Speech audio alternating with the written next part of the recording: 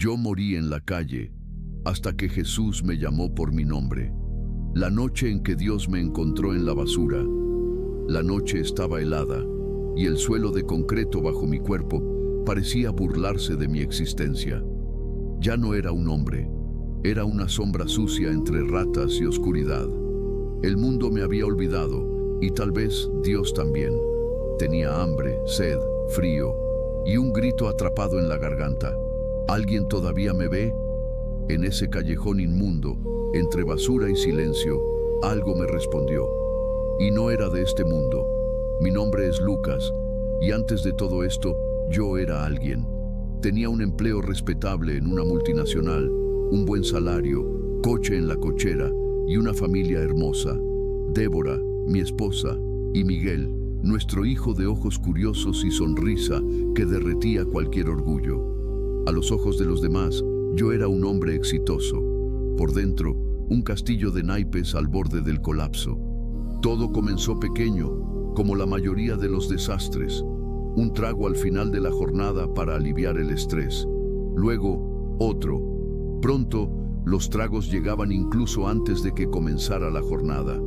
Era sutil, o al menos eso pensaba. Hasta que un día, Débora me miró con ojos llorosos y dijo: «Estás desapareciendo, Lucas, y ya no puedo alcanzarte». No escuché, no quise escuchar. El alcohol fue solo el comienzo. Luego vinieron las apuestas. La adrenalina de la posibilidad de ganar me hacía sentir vivo por unos minutos. Perdí el control. Comencé a faltar al trabajo, vender cosas de la casa, mentir. Recuerdo la primera vez que robé la tarjeta de crédito de Débora. Me miré en el espejo esa noche y no reconocí a quien estaba allí, pero tampoco tuve fuerzas para cambiar. La caída fue rápida.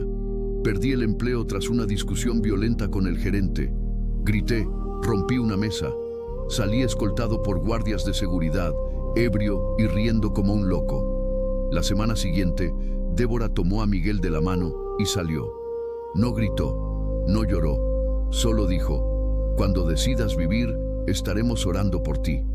Nunca odié tanto una frase. ¿Oré? ¿Yo? Si Dios existía, ¿por qué me dejó convertirme en esto? Pasaron meses como un borrón. Vendí el coche, luego vendí los muebles. Fui desalojado. ¿Amigos? Todos desaparecieron. ¿Parientes? Decían que iban a ayudar, pero se rindieron cuando vieron que mi voluntad de cambiar era solo una excusa para seguir hundiéndome. Pronto, el mundo se quedó mudo. Solo yo y el vacío. Descubrí que la calle tiene un lenguaje propio. El olor de la orina, el peso de una manta mojada, la violencia invisible de las miradas que te atraviesan como si no estuvieras allí. Aprendí a dormir con un ojo abierto y el estómago siempre vacío. La peor parte no era el hambre, era la soledad, el silencio, la certeza de que podría morir allí y nadie lo notaría. Una vez vi a Miguel pasando con la escuela. Él no me vio. Me escondí detrás de un contenedor de basura, mi propio hijo. Tuve miedo de que me mirara y supiera que ese trapo tirado era su padre. Lloré allí, escondido, como un niño, pero nadie vino a abrazarme. Empecé a desear la muerte, no de forma dramática, solo quería parar de sentir, de recordar, de cargar con esta culpa aplastante. Dormía esperando que mi corazón desistiera solo. A veces me preguntaba si existía alma, y si sí, si la mía aún era capaz de ser vista por Dios. Pero el cielo parecía tan distante, tan sordo.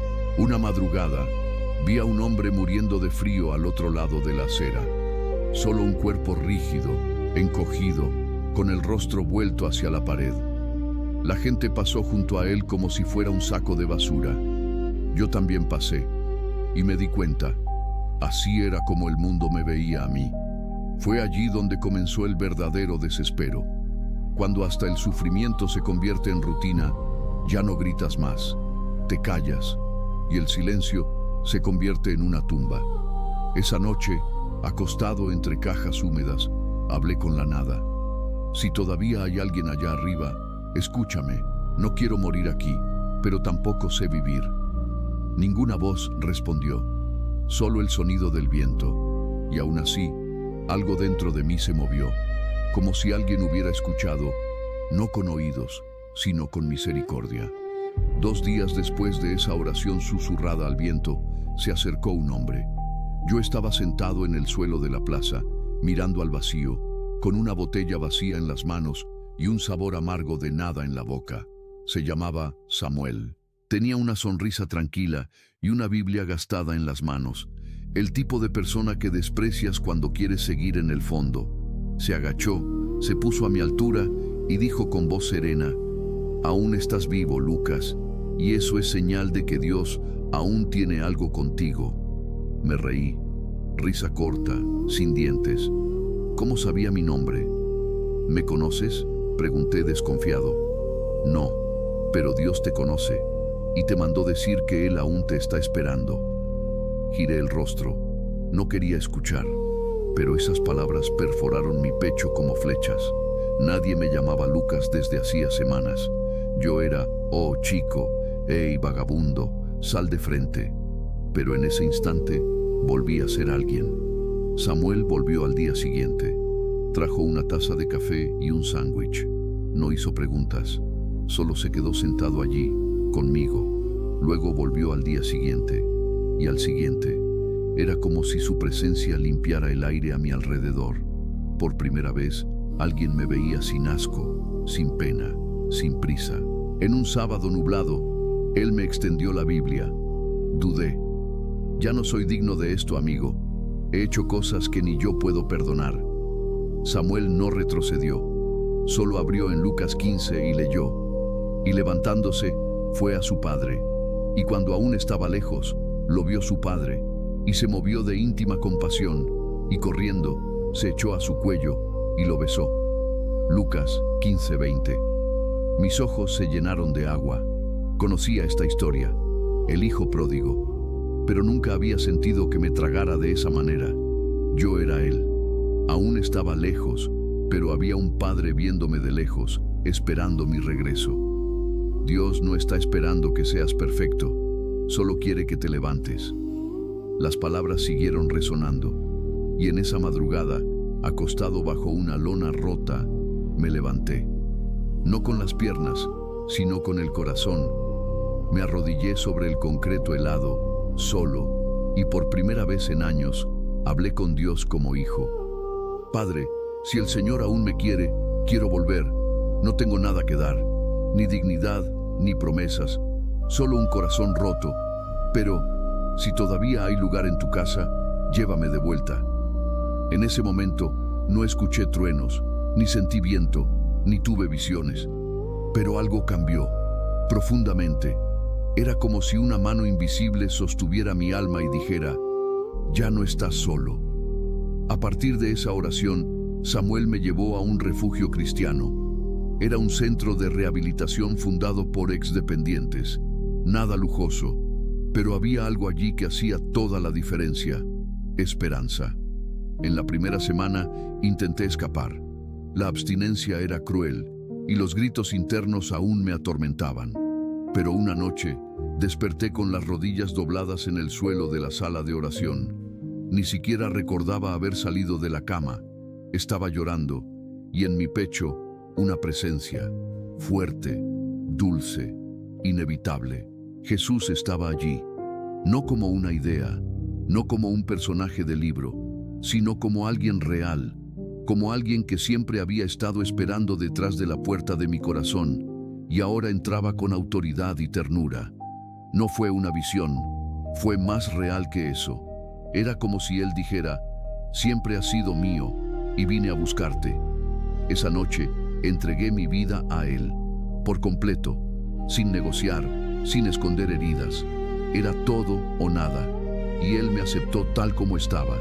Y fue ahí donde comenzó la verdadera jornada. No fue fácil.